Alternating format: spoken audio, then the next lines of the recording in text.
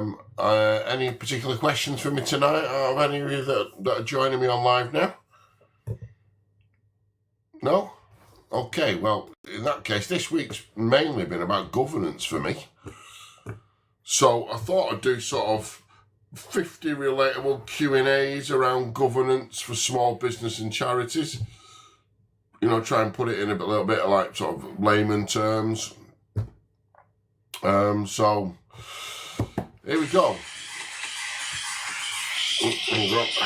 There we go. Get rid of my phone. That's my reminder to go live. Bit late, really, isn't it? So number one, is governance just paperwork? No. Government paperwork is a bit of a byproduct of governance in that you need a record, but it doesn't have to actually be paper anymore. It can all be digital. Governance is not about working up to a mess you could have prevented. It's about how you structure, maintain a business or a charity, ensuring that it meets its legal, moral obligations in society and to its stakeholders, its employees and others. Do small businesses really need a board? Yeah, probably. If you've got money, people or risk involved, then yes. Even an informal board beats winging it, really. So if you're a company director and you're on your own, then there's no reason why you can't form a board with your family where they help you make decisions about the business. It's lonely at the top. And sometimes it's nice to have a boardroom full of people. So look, isn't governance just slowing things down? Not really. Bad governance really slows you down. It doesn't give you the principles and the methodology to allow you to grow. Whereas good governance stops you crashing about at speed, really. I don't think there's a better analogy than that. What's the biggest governance mistake that I see? Everyone is being busy, but nobody is being responsible. Accountability is a massive thing for me. Anybody that's ever spoke to me knows that I like to hold people accountable for the things that they say they will do. That's much the same for governance in the boardroom. If you've got someone who says that they're responsible for finance and then they don't do anything to do with responsibility to finance, then really they're just not being responsible, are they? In fact, funnily enough, I was on a call at 5 o'clock with the Association of Chairs where we were talking about governance and the changes to the governance for charities.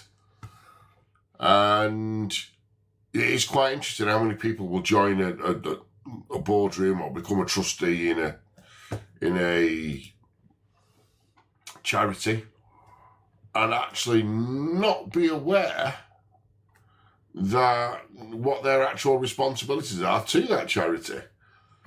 So, good governance begins with self. If you can govern yourself, then you can start to govern others and other businesses. So what's the biggest governance mistake I see?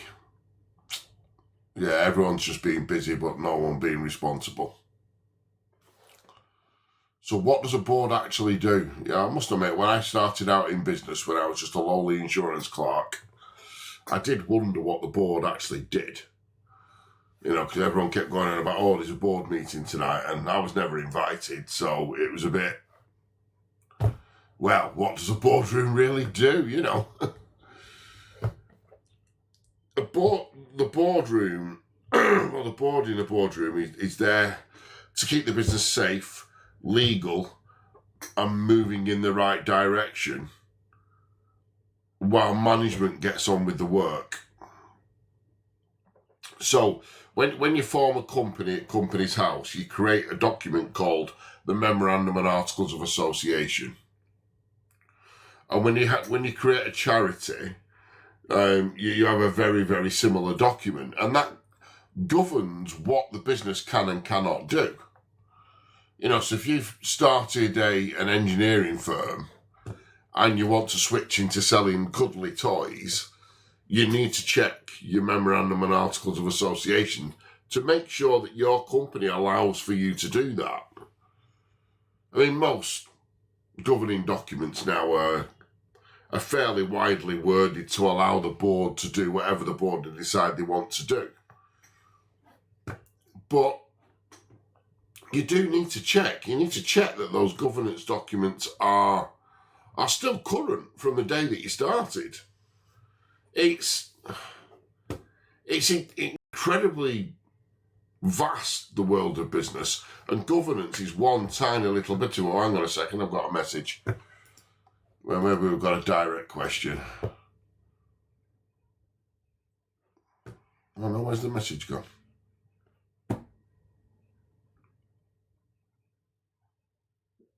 Oh, it doesn't show me.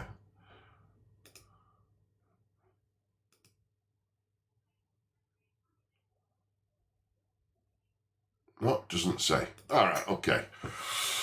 I think it's just slow on the uptake this evening. So why do boards argue about tiny things? There was a book written, and I can't remember the name of the book, but if it comes back to me, I'll put a post on about it. And what they did, it looked at the British cycling team, which for years didn't win anything. It really, really didn't win anything. And they instigated a change by just 1%.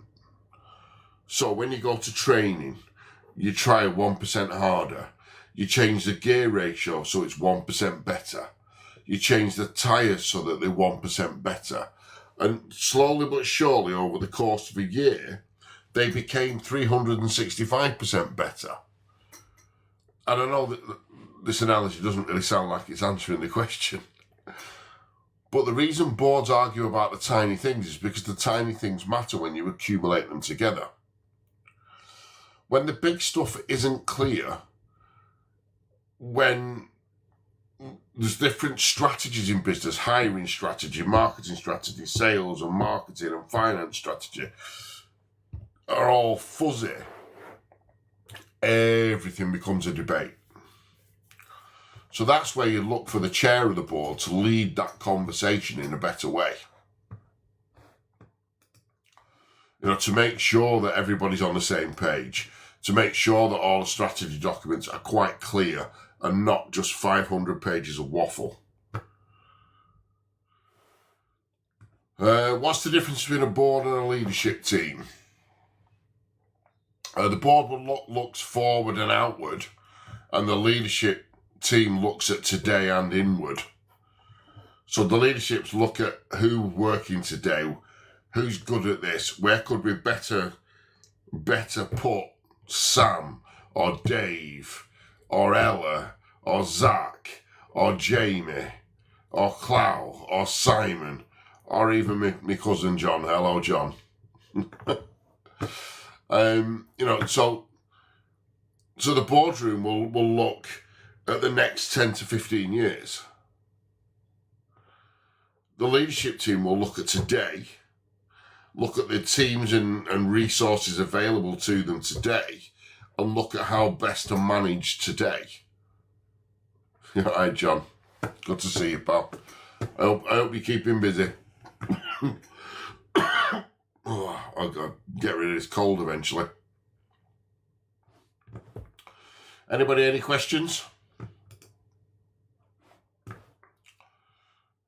No? Okay. So why do most board meetings feel like a waste of time?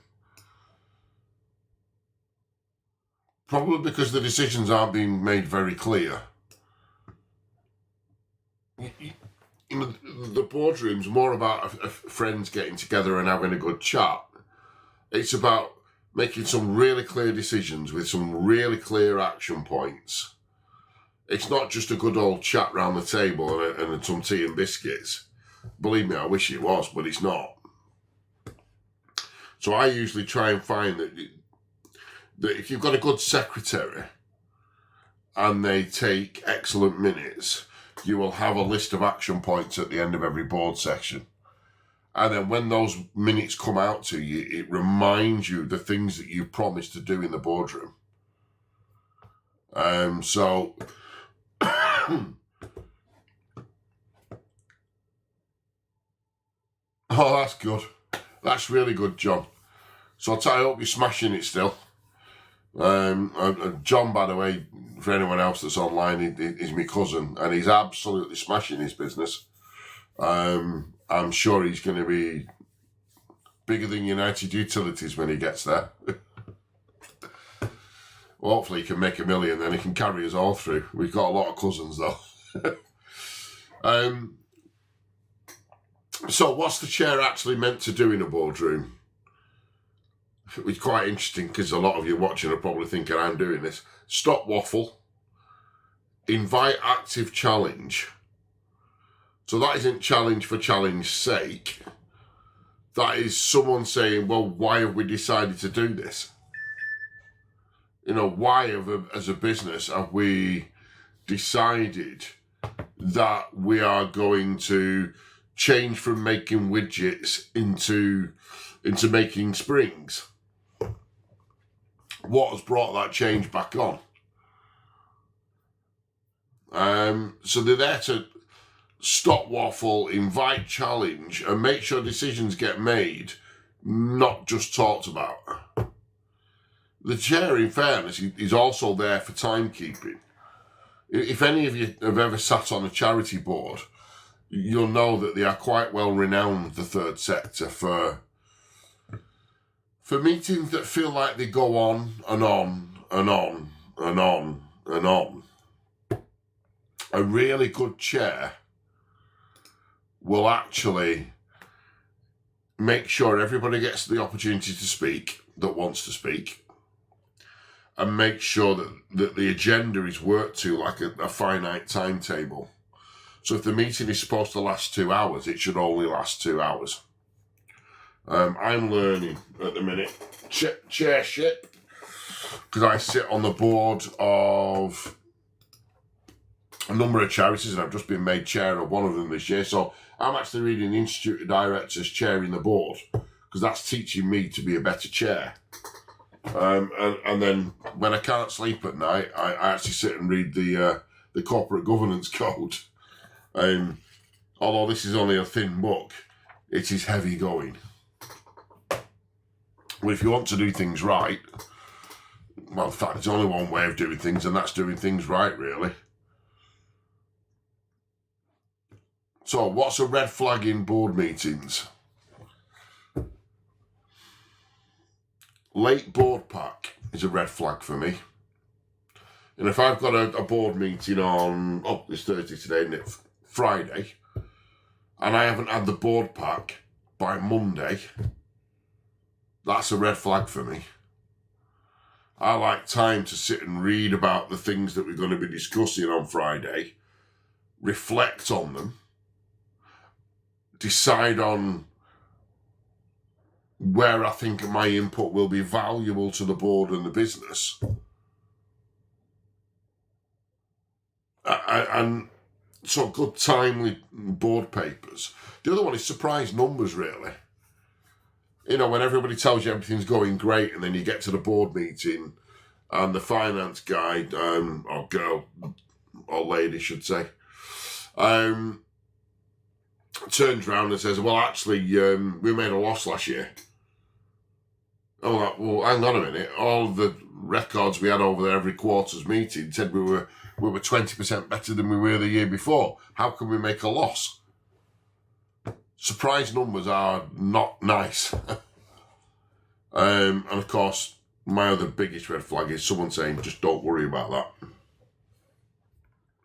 That always fills me with a hard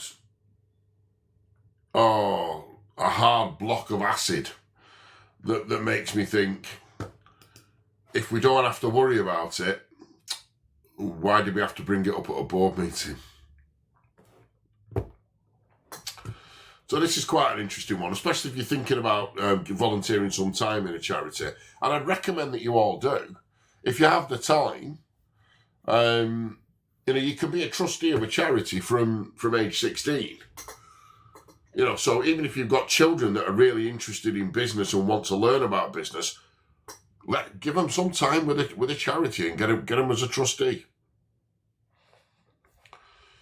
What surprises me most, really, when I'm coaching boards, is how little directors and trustees are aware of their legal responsibilities. So this next question really hits the nail on the head. Do trustees and directors have real legal responsibility? Yes. Most charities will tell you, we only have a limit of liability of £1. That's in the event of a liquidation. If I take one of my employees at one of the charities and say to them, I'd like you to get in that car and I'd like you to drive to this place and pick up this stuff and bring it back, and the car's not insured, I'm liable for that as trustee. All the trustees are. If they die in an accident in that car, and it turns out that car wasn't road legal, even if it was their own car, I am responsible. It's called corporate liability. It's really, really, when you really get into the throes of it, I have a number of books on it. One on the Companies Act 2006, which I know has been updated since. But that one's probably the most current book I've got. And another one on the responsibilities of being a trustee. And they are not thin things to read.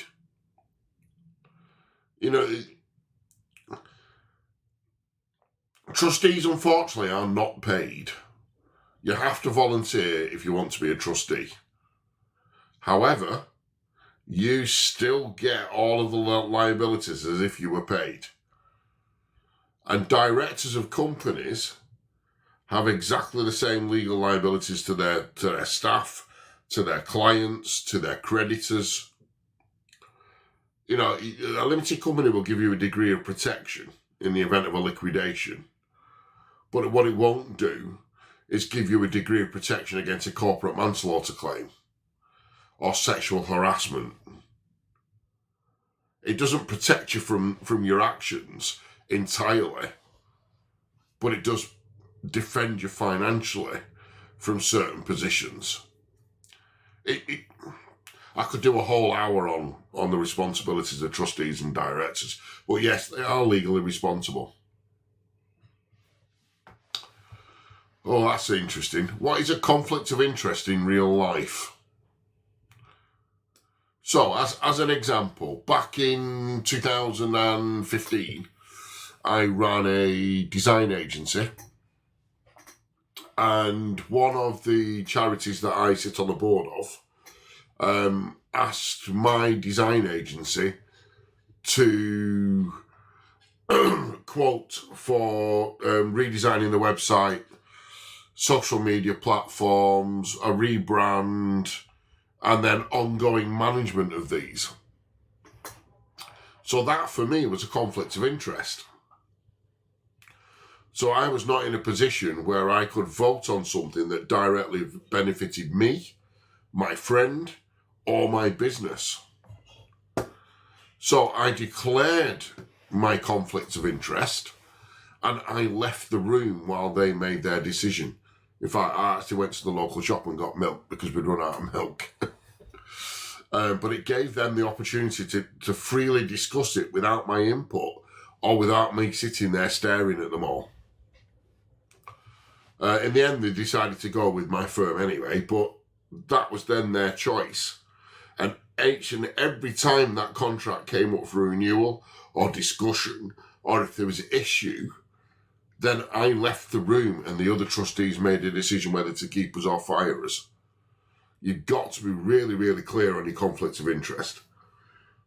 So that's voting on something that benefits you, your mate, your family member, your business, your neighbour, without you making it clear that you have a vested interest in it.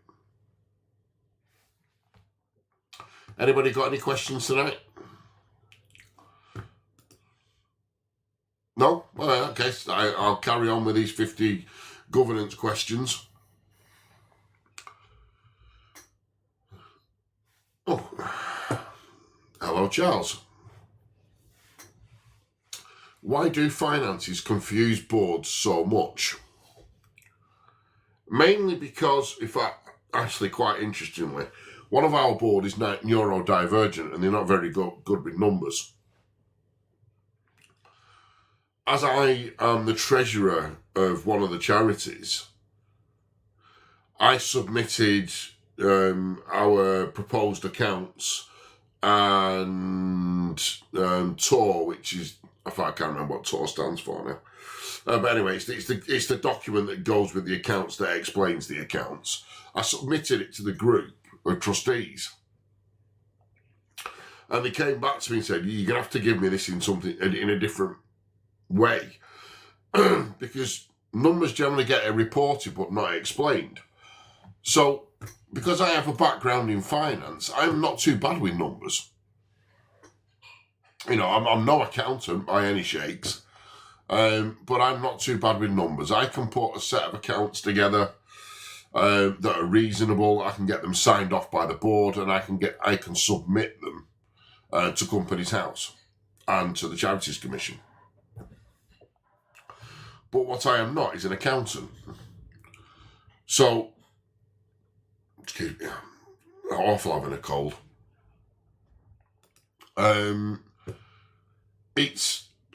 What I ended up doing was using Excel and some instruction from AI on generating some image-based representation of the numbers. So I then shared those image-based representations as a pie chart of expenses and a pie chart of income. And it raised some very interesting questions about our over-dependency on grant income to keep the service going.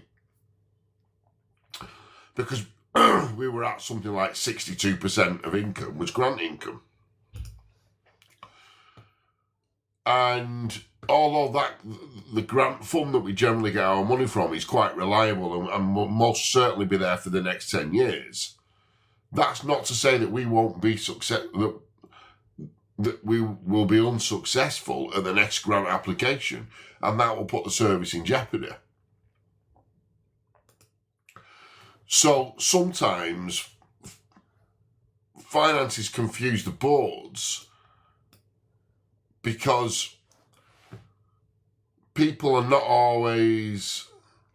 No, don't do any voiceovers, no. I wish you did. You did get paid quite well, voiceover work. I wish you did. I've lost track now. So basically, the numbers just generally get reported into the board, and then people are just too shy or too ashamed to say, I don't understand the numbers. So certainly on the boardroom that I chair, I quiz the lady who does our finances as if she was an external accountant. I don't know. I'm going to have to go and look him up now and have a listen to him.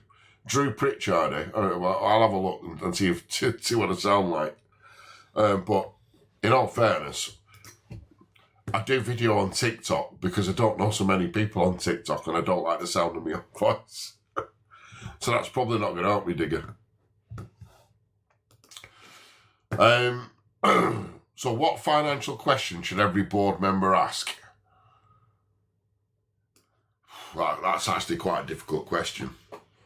Because I can think of a dozen questions that I ask. But then I'm wondering, is that just me and because I'm peculiar about finance? I suppose what we should ask is, how long does our cash actually last? What is our cash throughput rate? So we can all look at the bank and go, oh, look at that, wonderful, we've got 500, 5,000, 500,000, whatever the figure is in the bank. But then we've got to decide, you might have 5 million sat in the bank, but if you're spending £2.5 million a month, then that's only 2 months' money. Whereas the guy who's got £500, who only spends £50 a month, has got 10 months' money, so he's actually better off. So, yes, well, I suppose how long does our cash last is the one financial question every board member should ask.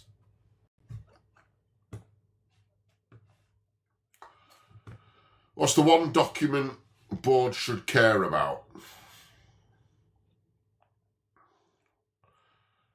Well, I'd say the governing document, although the AI software I've used to write these questions and answers for me has actually said cash flow, profit is an opinion, cash is fact. And to a degree I can agree with that. But certainly the governing document is the main document that you need to care about. So if you're ever looking to join the board, you need the governing document, you need to see the directors and officers liability insurance, and you want as many years accounts as you can possibly get from them. If there is something in the accounts that you don't like the look of, question it before you become a director. After you've become a director, your liability has started.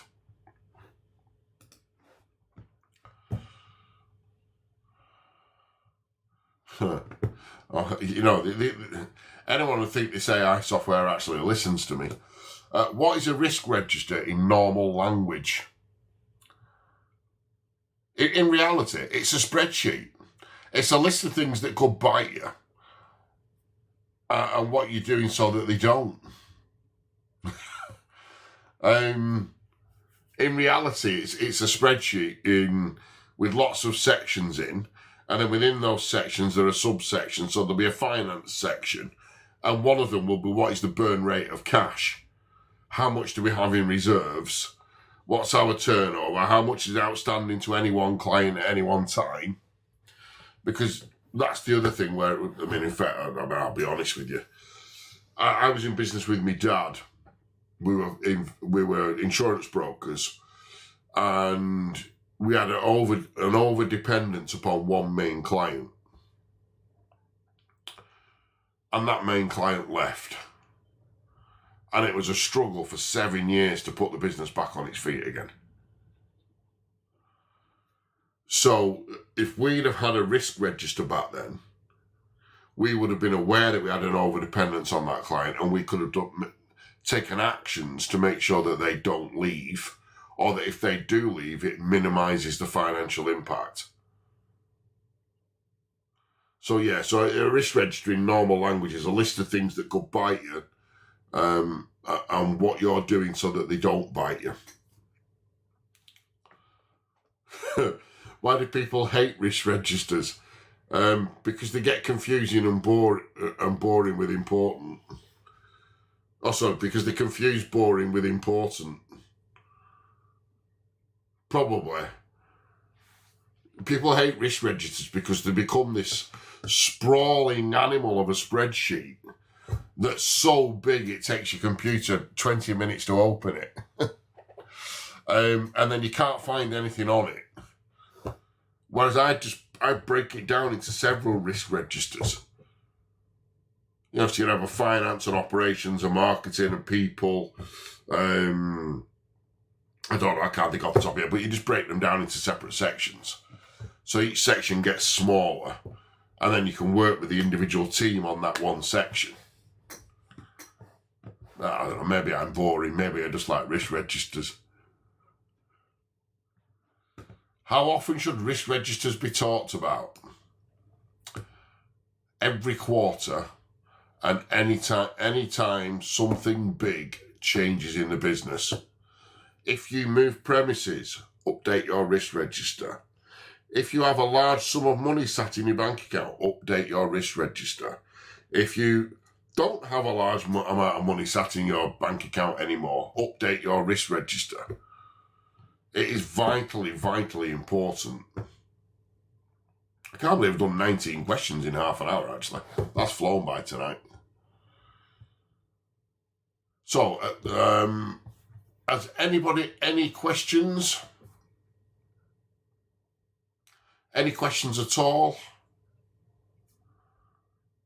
I mean, if you don't feel like sharing him in the group, that's fine. Send me a direct message. That's okay. I can live with that. Or if you can give me a thumbs up, or you're grateful, or even just a few words of that was really useful, that will be great, because I'll be a bit like John, really, saying he's actually set some goals after the last session. That spurs me on to do another one. Because it's actually quite difficult sat here talking to yourself, talking to a screen. I dread to think what my neighbours think I do at this time of night on a Thursday. So any other questions? No, in that case, I'm going to call it a night. And then I'm going to edit this video, cut it down, and I'll reshare it again across the platforms. So any questions, feel free to DM me, drop me a comment. There's no such thing as a daft question in business. If you don't know, the main way to find out is to ask somebody who does. And anybody that laughs at you for asking a question probably didn't know the answer in the first place. Okay, so 31 minutes now. I'm going to get going. Very nice to see you all. Thank you all for tuning in. 112 viewers. I'm mightily impressed. And hopefully I'll see you all next Thursday and then a few more. Bye-bye for now.